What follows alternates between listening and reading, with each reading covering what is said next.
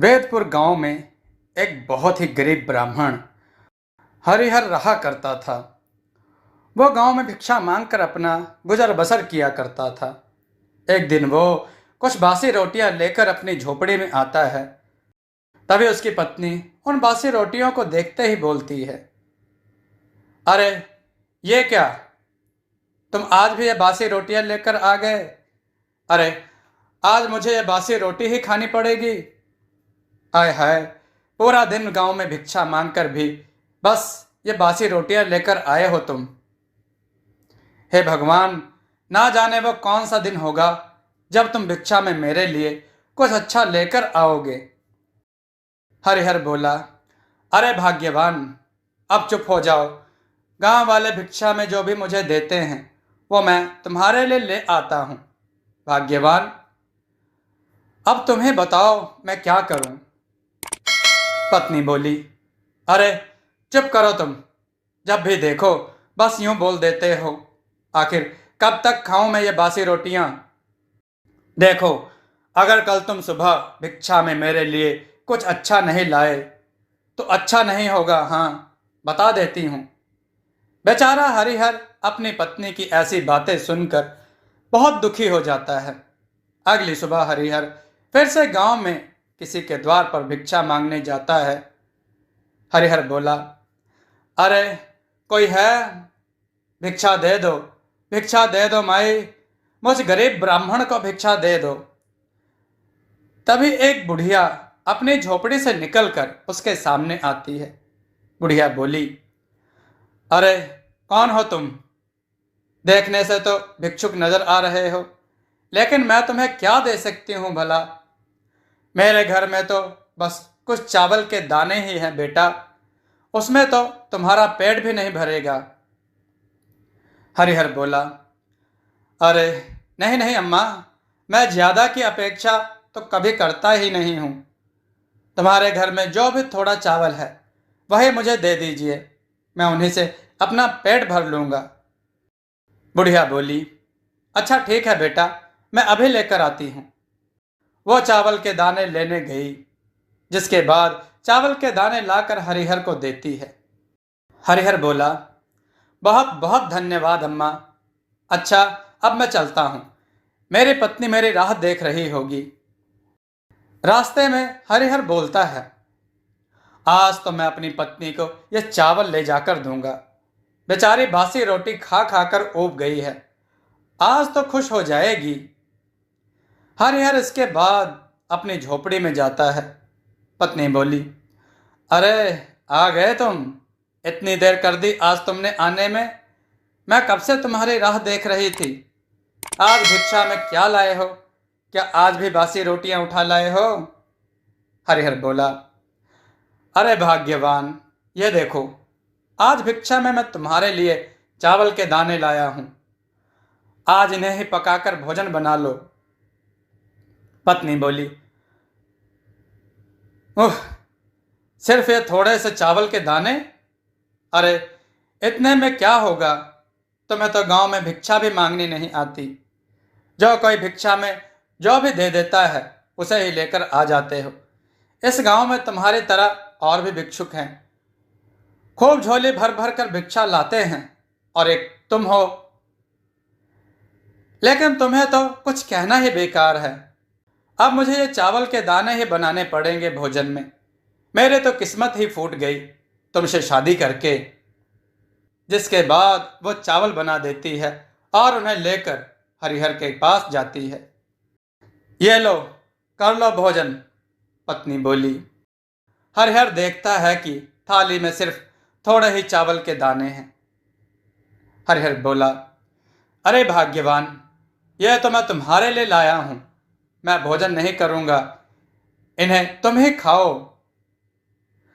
मुझे तो भिक्षा में आज भोजन मिल गया था तो मैंने वहीं खा लिया है, इसे तुम ही खा लो भाग्यवान। पत्नी बोली, अच्छा, तो तुम भिक्षा से प्राप्त भोजन करके आए हो?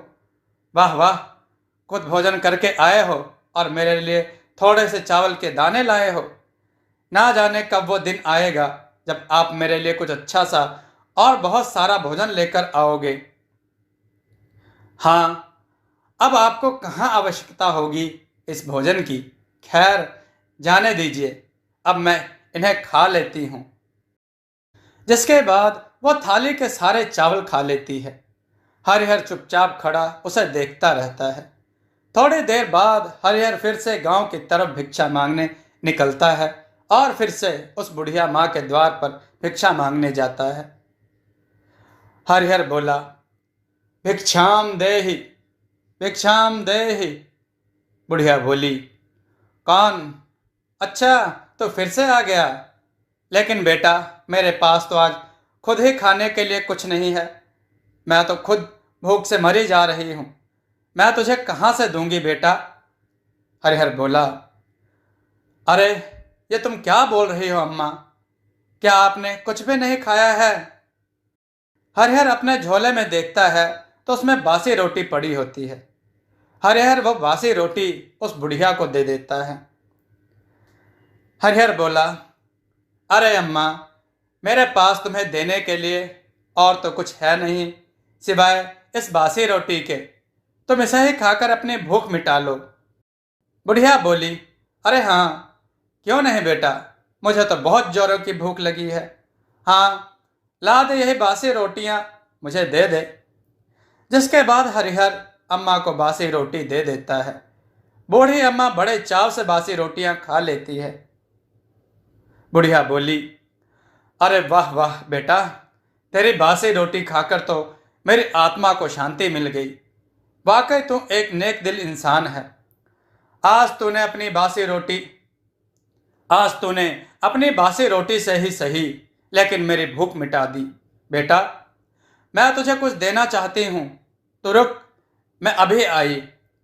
इसके बाद बूढ़ी अम्मा एक छोटा सा संदूक अपने साथ लेकर आती है और उसमें से एक चमकता हुआ मोर पंख हरिहर को देती है। बुढ़िया बोली, ये ले बेटा, ये जादुई मोर पंख मैं तुझे देना चाहती हूँ।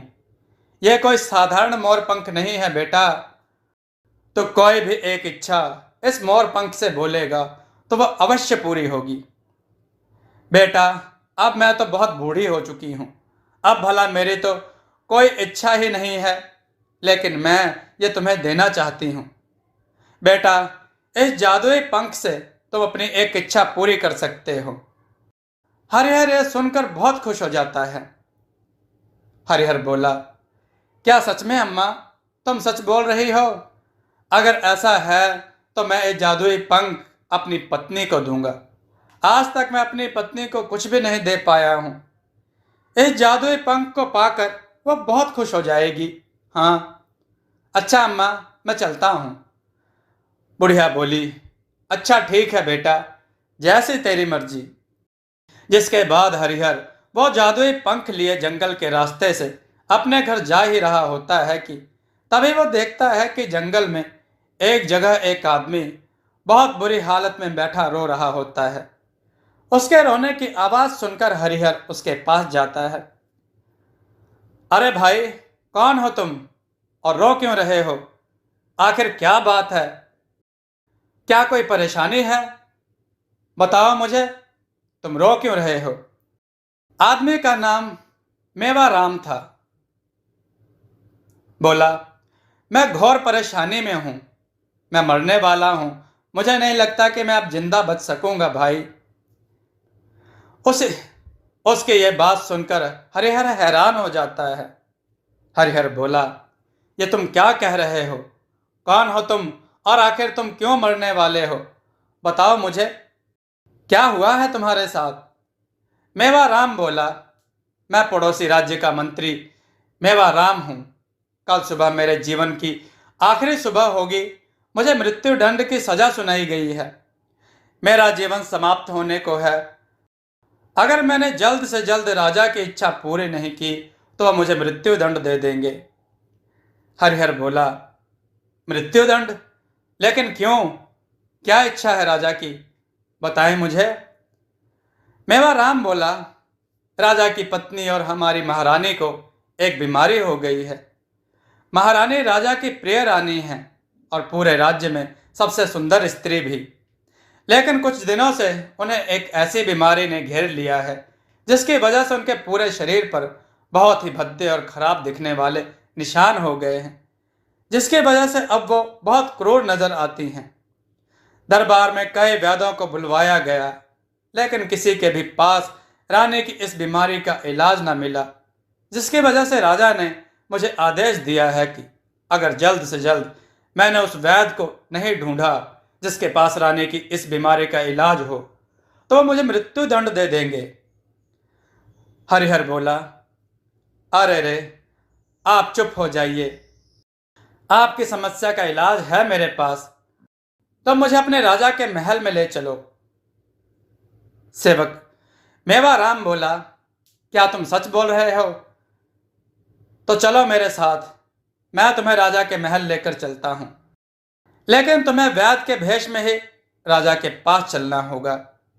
अगर राजा को पता चला कि तुम कोई वैद्य नहीं बल्कि एक साधारण भिक्षुक हो, तो राजा को बिल्कुल भी उचित नहीं लगेगा। इसके बाद हरिहर एक भिक्षुक से वैद्य के वस्त्र धारण कर लेता है और मंत्री मेवाराम के साथ राजा के महल पहुंच जाता है, जहां राजा का दरबार लगा होता है। मेवाराम बोला, महाराज की जय हो। महाराज, मैं महारानी के उपचार के लिए वैद्य जी को ले आया हूं। महाराज, यह देखिए महाराज, ये बहुत ही प्रसिद्ध वैद्य जी हैं, जिन्हें मैं दूसरे राज्य में से अपने साथ लेकर आया हूं महाराज। राजा यह सुनकर खुश हो जाता है। राजा बोला, अरे वाह मंत्री, हम तुमसे यही सुनना चाहते थे। राजा बोला, आपका स्वागत है वैद्य जी। अब जल्दी चलिए और हमारी प्रिय रानी की बीमारी को ठीक कर दीजिए। हरिहर बोला, जो आज्ञा महाराज। इसके बाद सभी रानी के पास जाते हैं, जहां रानी विश्राम कर रही होती है और कुछ दासियां रानी के पास बैठी सेवा कर रही होती हैं।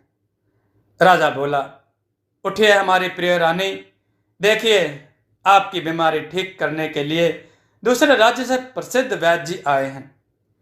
तभी रानी अपनी आंखें खोलती है।